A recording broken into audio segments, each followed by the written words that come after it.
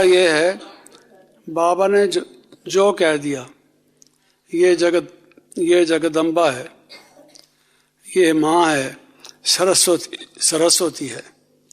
एक दफ़ा बाबा ने क्या किया, हम लोग घूमने गए थे।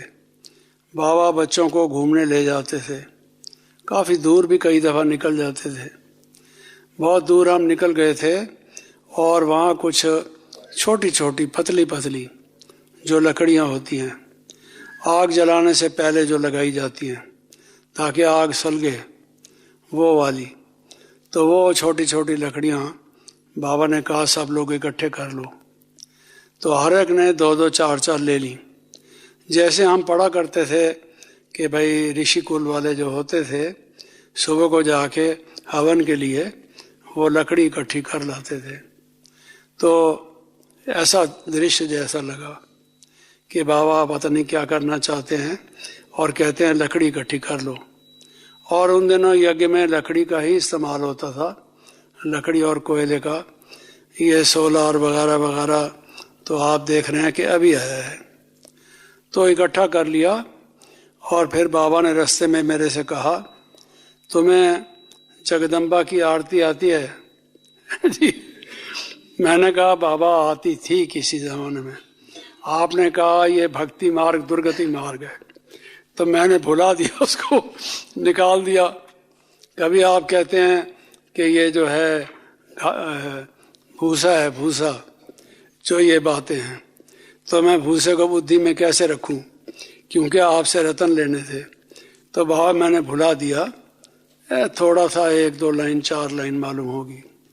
तो बाबा ने कहा अच्छी बात है, आप सब लोग जाके मम्मा के आगे नतमस्तक होकर उनके चरणों में ये लकड़ी रख देना। जैसे गुरुकुल के ब्रह्मचारी आते हैं, लकड़ी इकट्ठी कर लाते हैं और आइए, तो समिधा जिसको कहते हैं, तो वो ले गए थे और फिर आप जो है शुरू करना आरती जी। बाबा भी पीछे खड़े हो गए। तो सारा बताया हुआ स्कीम उनका था, लेकिन वो खड़े पीछे ऐसे थे जैसे वो भी दर्शक है।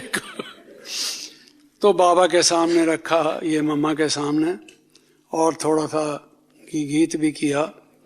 तो मम्मा हमेशा मुस्कुराती थी और जब कोई ऐसी बात होती थी तो हंसती थी। हंसी की आवाज़ इतनी नहीं होती थी जैसे हम लोग कहका लगाते हैं, हा हा हा, ऐसे कभी नहीं, ना बाबा ना मम्मा के मुख से हमने ऐसा कभी नहीं सुना। हंसते थे लेकिन आवाज़ नहीं, खुशी दिखाते थे लेकिन साइलेंस में। तो मम्मा उस दिन बहुत ही मुस्कराई, हर्षित हुई और उन्होंने ये देखा। तो बाबा कितना मम्मा को रिगार्ड देते थे। फिर एक दफ़ा क्या हुआ कि बारिश का मौसम था, बहुत ज़ोर की बारिश हो रही थी। तो बाबा ने कहा कि बच्चों सोचो मम्मा आएगी, कुछ तुम्हें मालूम तो है, ये जगत की अम्बा है, तुम जगत की अम्बा को बारिश में उतारोगे? कारें तो अपनी थी नहीं, टैक्सी में आएगी वो, तो टैक्सी वाला जब दरवाज़ा खोलेगा तब मम्मा निकलेगी। तो बारिश इतने ज़ोर की थी कि अगर आप छाता भी रखें पानी ज़रूर अपने ऊपर आएगा। यहाँ की बारिश का आप लोगों को अनुभव होगा। भाई लोग जो हैं उनका पीछे से पजामा और कुर्ता भीग जाता है, चाहे सिर की तरफ से कुछ बच जाए, जो उसके एंड हैं वो भीग जाते हैं, चप्पल भी भीग जाते हैं। ऐसे हर एक के साथ होता है। तो कितना रिगार्ड बाबा करते थे उसका कि बच्चों कुछ इंतजाम करो,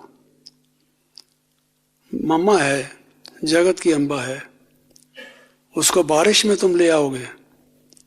तो आपने देखा है जहाँ अभी सोफ़ा बिछा रखे थे नीचे, ये पहले एक छोटा हल्का सा टेम्पोरेरी सा बना हुआ था। अभी जिस फार्म में ये है ये बाद में बना। तो बाबा उस वक़्त वो भी नहीं बना हुआ था। तो बाबा ने कहा कि बच्चे ये बनाओ, आज ही आज में, शाम का टाइम था, रात का, तो सुबह मम्मा ने आ जाना था, ये सुबह तक तैयार कर दो ताकि टैक्सी इसके नीचे आके ठहरे और मम्मा उतर के कमरे में आ जाए। तो एक भाई को बुलाया कि भाई तुम इसको तैयार कर दो। नहीं बाबा, ये इतनी जल्दी तैयार नहीं हो सकता, ये इतनी जल्दी तैयार नहीं हो सकता। ध्यान में रखा, बाद में करेंगे, लेकिन ये आज ही रात को हो जाए ये नहीं हो सकता। साफ मना कर दिया। मेरे मन को बड़ा शॉक जैसा लगा। अब उसका निश्चय देखिए, जिसने मना किया स्वयं भगवान आज्ञा कर रहे हैं। प्रजापिता ब्रह्मा के मुखारविंद से, जो सृष्टि के महापिता हैं, पिताश्री, उनको मना कर दिया साफ। तो बड़ा अजीब सा लगा। फिर बाबा ने कहा, बच्चे ऐसा नहीं है, अगर कोशिश की जाए तो सब कुछ हो जाता है, कोशिश तो करो। कहता है कोशिश तो तब करें जब होने की संभावना हो। ये नहीं हो सकता, समझा। मुझे सच कहता हूं, जोश आया अब, लेकिन जोश के साथ होश किया, क्या करता। तो मैंने कहा ठीक है भाई, मैं कराऊंगा इसको, चाहे सारी रात जागना पड़े। कुछ एक दो भाइयों को बुला के, बाबा सुबह को आपको यहाँ लगा हुआ मिलेगा। मैंने कहा बाबा को। अब बाबा को पता था ये कह तो रहा है, ना तो ये कारपेंटर ना ये कोई मिस्त्री है, ये बनाएगा कैसे। ये कील ठोकेगा, अपने अंगूठे को ठोक देगा लेकिन इतना पागल मैं नहीं था मैं कि अपना अंगूठा काट दूं तो मैंने कहा बाबा मैं सही बात कह रहा हूं, ये सुबह को लगा हुआ मिलेगा। अच्छा, बाबा तो चले गए। उस भाई से मैंने हाथ जोड़ के निवेदन किया, भाई हमारे मन को ठेस पहुंची है, तू इसको लगा दे, हम तेरे साथ हैं, रात भर जागेंगे। तुझे और कौन कौन चाहिए मैं उनको बुला के लाता हूं, लेकिन ये बनाना है। कहता नहीं बन सकता। तो आखिर हम थोड़े से लोग मिलके इधर उधर से बल्ली बांस वगैरह इकट्ठी कर कर आके, भाई चलो कुछ जगह ऐसी हो जाए जहां से मम्मा आ जाए, बनाने की कोशिश की। अब जब उसने देखा ये लोग बना रहे हैं और लगता है कुछ मारा मोटा बना ही लेंगे कुछ ना कुछ तो बना ही लेंगे, अगर दाल नहीं तो दलिया बना लेंगे, कुछ कर लेंगे ये। तो कहता है हटो हटो, आता नहीं है और ऐसे बना तो हमने कहा भाई ये तो अच्छी बात है, आप बनाओगे तो अच्छा बनेगा। फिर वो लग गया, कहता है आप लोग खाम खा टाइम खराब कर रहे हो, मेरी आड़ी भी खराब करोगे, तेशा भी खराब करोगे, मैं अपने आप करूँगा इसको। तो सुबह तक बना दिया। तो मम्मा के लिए बाबा को क्या मन में भावना थी। जब मम्मा जाती थी तो बाबा उसको रेलवे स्टेशन तक, आबू रोड तक छोड़ने जाते थे। बाबा शिक्षा दाता हैं और सिखाने के लिए कि अपने से बड़ों का रिगार्ड कैसे करो, किसका स्थान यज्ञ में क्या है, उसके प्रति आपके उद्गार, उसकी आपकी भावनाएं, आपका बोलना चालना, उसके प्रति क्या आपका व्यवहार होना चाहिए। ये एक मिसाल दी मैंने जिसमें बाबा हमेशा सिखाते थे। लेकिन प्रसंग ये था कि मम्मा को बाबा ने क्यों आगे रखा, क्यों चुना। तो मैंने कहा एक बात तो निश्चय की थी, दूसरा ये था कि पवित्रता नाम सिर्फ ब्रह्मचर्य का नहीं है। पवित्रता माना मन वचन कर्म की पवित्रता, ये विकारों को परास्त करना, उन पर विजय प्राप्त करना, जो नेगेटिव या बुरे संकल्प हैं वो ना हैं इत्यादि। अरे मम्मा का मन इतना निर्मल था, इतना शुद्ध था कि जो कोई उनके सामने गया वो नतमस्तक हो गया। माँ माँ उसके मुख से निकला, चाहे वो 70 साल का हो, चाहे 80 साल का हो, चाहे वो 20 वर्ष का हो। तो देखकर किसी ने बताया नहीं उसको, वैसे बताया होगा कि ये यज्ञ माता हैं, तो यज्ञ माता वगैरह नहीं, माँ माँ, ये उनकी भावना थी। कई देवी के पुजारी आते थे कई शहरों से, बड़े प्रसिद्ध लेखक थे समाचार पत्रों के, उनकी पुस्तकें बहुत चलती थी, प्रचलित थी, और आके किसी तरह से यहाँ उन्होंने सारा इंस्टीट्यूशन देखा, उनको सेंटरों वाले ले आए ताकि ये इम्प्रेस हों। फिर मम्मा से मिलने की जब बात आई, दंडवत हो गए, घुटने के बल, टांगों के बल लेट गए। माँ माँ, जैसे बच्चा चिल्लाता है, आंखों से आंसू आ रहे हैं। क्या बात थी, क्या जादू था जो लोग कहते हैं कि भाई इस संस्था में जादू है। ये हमने अपनी आंखों से देखा कि मम्मा का कितना प्रभाव था, उनके व्यक्तित्व का कितना प्रभाव था, उनकी जो वाइब्रेशंस थी उसके बारे में लोगों पर कितना प्रभाव पड़ता था। आखिर लोग बिल्कुल बेकार, ऐसा तो नहीं कि कुछ भी नहीं समझते, ये तो समझते हैं कि ये व्यक्ति अच्छा है या खराब है। मम्मा को देखकर उनको लगता था ये संस्था अच्छी है। जैसे बाबा कहते थे आप शोकेस के हैं बच्चे, बाबा के शोकेस के, वो मम्मा एक सैंपल थी, वो रिप्रेजेंट करती थी।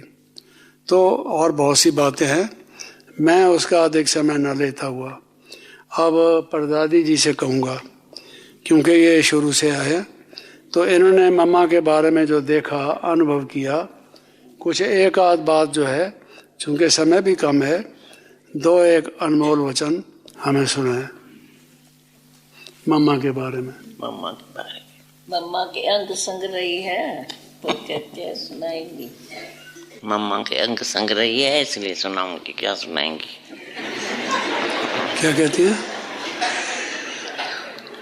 ये तो सबको मालूम है। तो मम्मा थी कुमारी, लेकिन हम उसको मम्मा कहा तो सब मम्मा मम्मा कहने लगे, माँ बन गई ना, है ना, बराबर। मम्मा मीन्स माँ।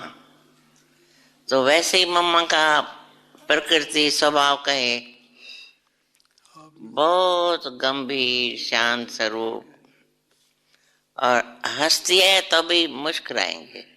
जैसे हम लोग हैं करते, वैसे ही कभी नहीं मम्मा करती थी, हमेशा शांत से मुस्कुराएंगी। और हर कार्य जो करती थी एकदम नियम से, क्या नियम से, गंभीरता से। थी तो कुमारी, क्या हुआ?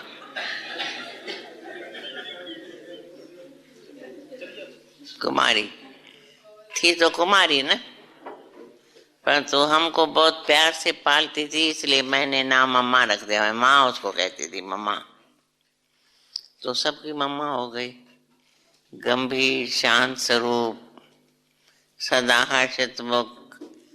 कभी मम्मा का चेहरा कभी कुछ भी हो जाता था, पाकिस्तान हिंदुस्तान कुछ भी हो, लेकिन मम्मा के चेहरे से कभी मालूम नहीं पड़ता था तो उसको कोई चिंता है या फिक्र है। एकदम एक रस स्थिति, बड़ी प्यार से शिक्षाएं देती थी, प्यार से शिक्षा देती थी और प्यार से चलती चलाती थी। अच्छा, सबसे अच्छी बात वंडरफुल सुनाओ। हम लोग चलते हैं ना जैसे पटर पटर करके, चप्पल का आवाज करके चलते हैं ना, टखट टखट करके। तो मेरे को अनुभव है, कभी कभी हम लोग उसी टाइम जूता वगैरह पहनते थे तो थोड़ा आवाज होता था। मामा कहती थी आस्ते चलो, आस्ते चलो, आवाज नहीं करो, आस्ते चलो। तो हम जानबूझ के कभी कभी धीरे धीरे चलने लगते। कहती मैं ऐसे तो ही कहती हूँ धीरे धीरे चलो, चलो ठीक, पर तो फटर फटर करके आवाज नहीं होनी चाहिए। टोटल मम्मा की प्रकृति बहुत स्वीट, गंभीर। कुछ भी इधर उधर कुछ नुकसान वगैरह, कोई मरे जिए तो मम्मा हमेशा हम लोगों को कहती थी तो हमेशा चेहरा एक रस रखो, ऐसे नहीं कुछ मिले तो है करके हंसो, और ऐसा भी नहीं कोई दुख की बात हो जाए करो, नहीं, एक रस। न रोना है, और मम्मा को जैसे हम लोग कभी कभी हंसते हैं ना ऐसे करते हैं ना, मम्मा को ये अच्छा नहीं लगता था, कभी नहीं ऐसे करती थी, मुस्कुराओ, देवताएं मुस्कुराते रहेंगे। हाँ, और प्रश्न पूछेंगे, पूछे। ये तो बाद में स्थिति बनी या शुरू से ऐसे थी? ये जो मामा की स्थिति थी गंभीर, हाँ, और जो जीवन में उतार चढ़ाव आए उसमें भी एक रस रहे, एक रस एकदम। तो वो शुरू से थी या आगे पुरुषार्थ करते करते हुई? नहीं, मम्मा की प्रकृति स्वभाव ऐसा था, नेचुरल, शुरू से नेचुरल था। हाँ, शुरू से। तो फिर वो भले कन्याकुमारी होते हुए भी हर कार्य जो करती थी ना, वो बहुत, हम तो आपको क्या बताएं, जैसे हम लोग कभी कभी बर्तन मांजते हैं या चलते हैं तो कटर पटर होती है ना, तो मम्मा कहती थी आस्ते धीरे चलो, क्योंकि हम लोग नहीं चलते हैं, कभी कभी पटर पटर करके आवाज होता है, तो मम्मा को वो भी अच्छा नहीं लगता था, क्योंकि मम्मा के साथ रहती थी और शांत स्वरूप, एक रस अवस्था। तो इसलिए मम्मा को कभी बाबा, कई बार बाबा भी कहता था बच्चे जैसी मम्मा है, गंभीर, हर्षितमुख, एक रस अवस्था, कुछ भी हो जाएगा। मैं नहीं समझती हूँ कभी मम्मा के चेहरे पर हमें ऐसे ऐसे कैसे मुंह डाप देखी होगी। यहाँ तो छोटी मोटी बात होती है तो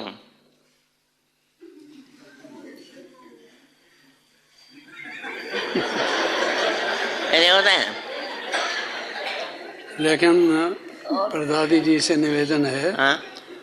कि प्राप्ति तो पुरुषार्थ से होती है, तो ये दैवी गुण उनमें बिना पुरुषार्थ के कैसे हो गए?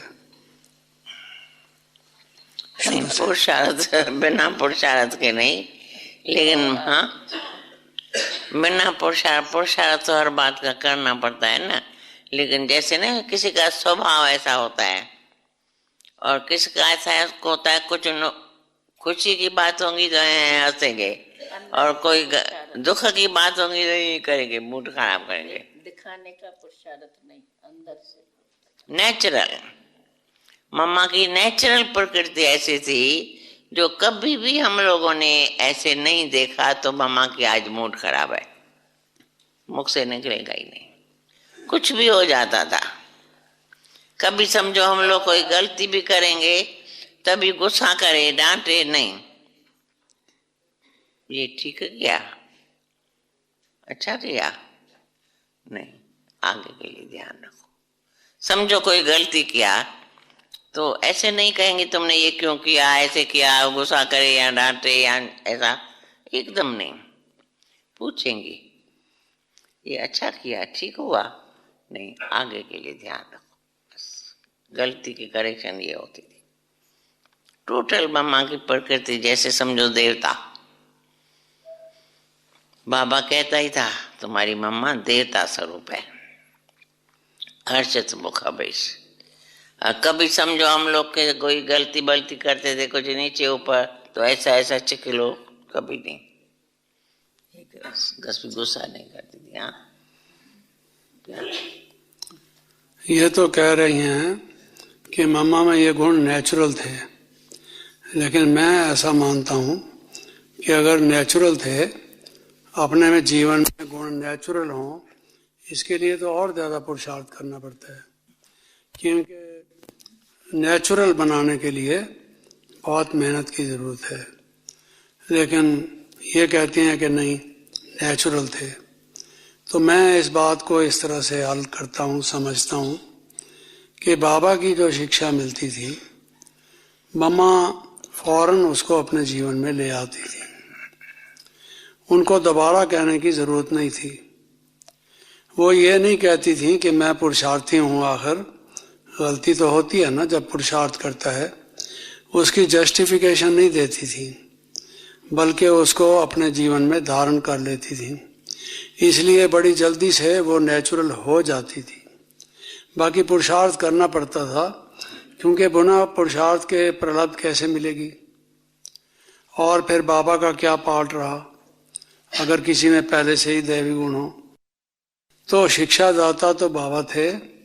बाबा ये गुण सिखाते थे बहुत सरल रीत से, और मम्मा सब स्टूडेंट्स में से ऐसी थी जो जल्दी से उसको लेके अपना जीवन का अंग बना लेती थी। और कई लोग ऐसे होते हैं बार बार बार बार कहना पड़ता है, कई कई वर्ष एक संस्कार को बदलने में लगा देते हैं। बुरी आदत कोई हो उसको छोड़ते ही नहीं। तो मम्मा का ऐसा तरीका नहीं था, जो बाबा ने कहा उसको जीवन में पालन किया। अभी समय भी हुआ है, आप सबको जाना भी होगा, तो अभी हम यहीं समाप्त करते हैं। कल परदादी जी इस विषय में और रतनमणि दादी भी कुछ और बताएंगी। ओम शांति।